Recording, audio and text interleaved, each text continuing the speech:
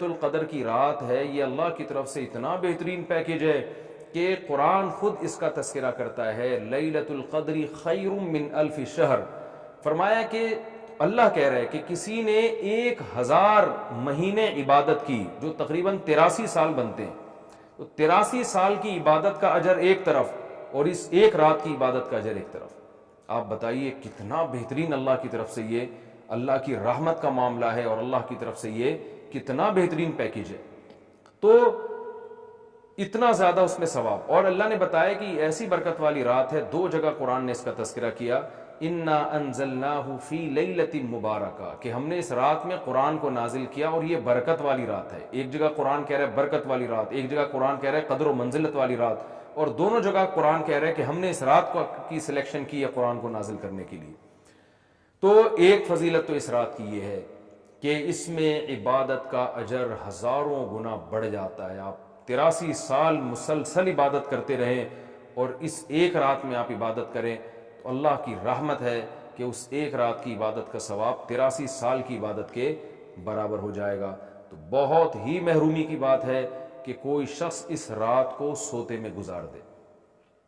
اور علماء نے یہ بیان کیا ہے کہ جو بھی فضیلت والے دن یا فضیلت والی راتیں ہوتی ہیں ان میں جیسے عبادت کا ثواب بڑھ جاتا ہے، گناہ کا عذاب بھی اسی حساب سے کئی گنا بڑھ جاتا ہے۔ جیسے مسجد حرام کے بارے میں حدیث میں آتا ہے کہ ایک نماز 1,00,000 کے برابر، لیکن قرآن کیا کہتا ہے، وَمَن يُرِدْ فِيهِ بِإِلْحَادٍ بِظُلْمٍ نُذِقْهُ مِنْ عَذَابِ السَّعِيرِ۔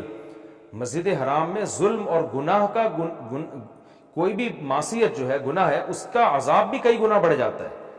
اس لیے علماء کہتے ہیں کہ مسجد حرام میں ایک جرم وہ 1,00,000 جرموں کے برابر ہے، مسجد حرام میں ایک چوری 1,00,000 چوریوں کے برابر ہے، مسجد حرام میں ایک جھوٹ 1,00,000 دفعہ جھوٹ بولنے کے برابر ہے۔ تو صرف نیکی کا ثواب نہیں بڑھتا، گناہ کا عذاب بھی بڑھ جاتا ہے۔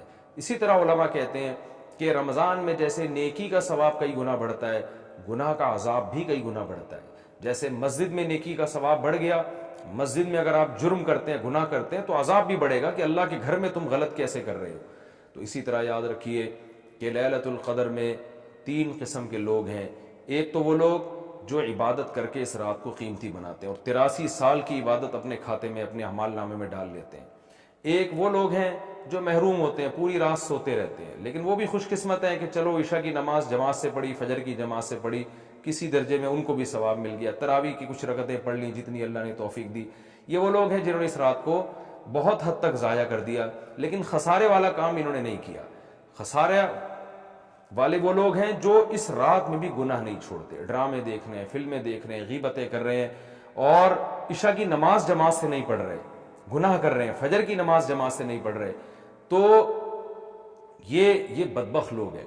تو خوب یاد رکھیے کہ لیلۃ القدر میں جیسے عبادت کا ثواب بڑھتا ہے ایسے ہی گناہ کا عذاب بھی کئی گنا زیادہ بڑھ جاتا ہے۔ تو ہمیں لیلۃ القدر میں کرنا کیا ہے؟ اس میں کچھ بدعتیں بھی پھیلی ہوئی ہیں، جتھے بنا کے مسجدوں میں جانا اور اجتماعی عبادتیں کرنا، یہ تمام چیزیں اسلاف سے ثابت نہیں ہیں، اور ان کو دین سمجھ کے کریں گے یہ بدعت ہو جائیں گی، سنت سے دور ہیں یہ سب چیزیں۔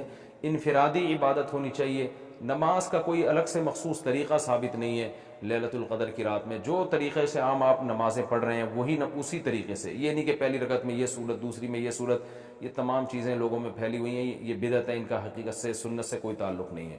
تلاوت کریں، دعائیں مانگیں اور تہجد کی نماز پڑھیں، جتنے نوافل اللہ آپ کو توفیق دیتا ہے، آپ جیسے عام معمول ہے نوافل پڑھنے کا اسی طرح پڑھیں، اور بہتر ہے گھر میں عبادت کریں۔ گھر میں اگر مشکل ہو رہی ہے تو مسجد میں بھی جا سکتے ہیں، لیکن نوافل گھر میں پڑھنا یہ مسجد میں پڑھنے سے زیادہ افضل ہے۔ مسجد میں شور شرابہ کرنا، لیلۃ القدر کے نام پہ جتھے بنا کے بیٹھنا، پھر لیلۃ القدر کی رات پہ پوری رات پروگرام چلنا مسجدوں میں، یہ سب چیزیں لوگوں کو عبادت سے غافل کرنے والی ہیں۔ بیان بھی ہونے چاہیے مختصر، آدھا گھنٹہ ہو گیا، 1 گھنٹہ ہو گیا، باقی وقت عبادت میں لگانا چاہیے۔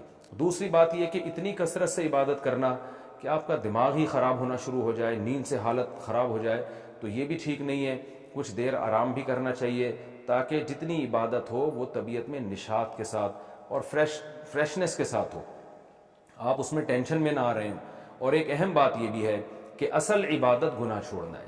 آپ صلی اللہ علیہ وسلم نے لیلۃ القدر میں ہمیں جو دعا سکھائی ہے اس دعا کا مفہوم بھی یہی ہے. صحیح حدیث میں دعا آتی ہے کہ لیلۃ القدر میں یہ دعا مانگو، اللہم انک عفو تحب العفو فاعف عنا، اے اللہ تو سراپا معافی ہے، معافی کو پسند کرتا ہے، ہمارے گناہوں کو معاف کر دے.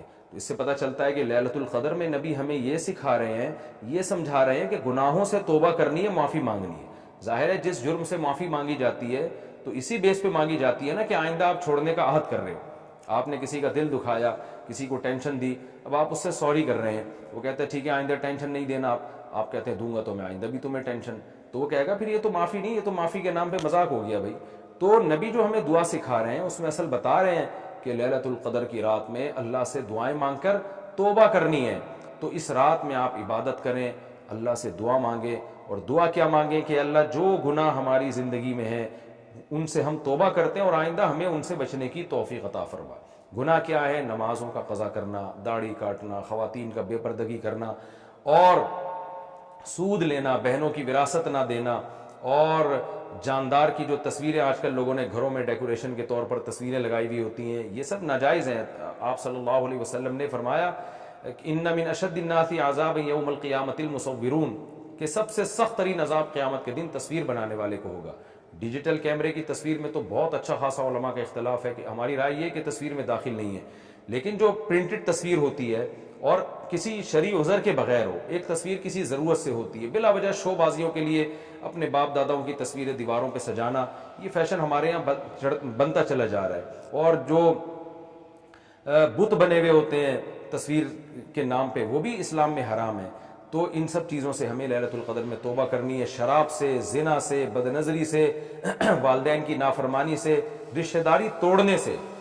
آپ صلی اللہ علیہ وسلم نے فرمایا جو خونی رشتوں کو توڑتا ہے وہ جنت میں داخل نہیں ہوگا. لیلۃ القدر کی رات میں آپ اپنے خونی رشتوں کو منا لیں. اس رات میں آپ اگر رشتے کو جوڑیں گے اس کا ثواب کئی گنا زیادہ ملے گا، اس کی برکتیں بہت زیادہ ہوں گی. تو اس رات میں صدقہ خیرات بھی کرنا چاہیے. اور ان تمام جرائم سے، نماز چھوڑنے کا گناہ، سود کا گناہ، وراثت کھانے کا گناہ، جو بھی ناپ تول میں کمی کا گناہ، آپ اگر کسی ادارے میں جاب کرتے ہیں، آپ تنخواہ پوری لے رہے ہیں مگر آپ کام میں ڈنڈی مار رہے ہیں، یہ خیانت ہے جس سے قرآن نے روکا ہے. یہ بھی ایک جرم ہے، اس جرم سے بھی ہم نے اس رات میں توبہ کرنی ہے. اگر کوئی کرایہ دار مالک مکان کے گھر کو امانت کے طور پہ استعمال نہیں کرتا، یہ بھی امانت میں خیانت ہے. اور اگر مالک مکان کرایہ دار کو تنگ کرتا ہے یا کرایہ دار مالک مکان کو ٹائم پہ کرایہ نہیں دیتا، یہ بھی جرم ہے جس کو قرآن بیان کرتا ہے امانت میں خیانت. تو جہاں بھی دو آدمیوں کا معاملہ ہو رہا ہے اور اس میں آپ ڈنڈی مار رہے ہیں، یہ بہت بڑا جرم ہے. قرآن میں اہل جنت کی یہ صفات بیان نہیں کی گئی ہیں. تو اخلاق کو اپنے درست کرنا. آپ صلی اللہ علیہ وسلم نے فرمایا منافق کی 3 نشانیاں ہیں: بات کرتا ہے، جھوٹ بولتا ہے، امانت دی جائے تو خیانت کرتا ہے، اور جب کسی سے بحث مباحثہ کرتا ہے تو گالم گلوچ پہ آ جاتا ہے. آج دیکھیں دفتروں میں کیا حال ہے، بات بات پہ گالیاں، ذرا سی کوئی مسئلہ ہوتا ہے فوش فوش گالیاں نکالنا شروع کر دیتے ہیں. تو یہ تمام چیزیں ایسی ہیں جن سے ہمیں اس رات میں توبہ کرنی ہے.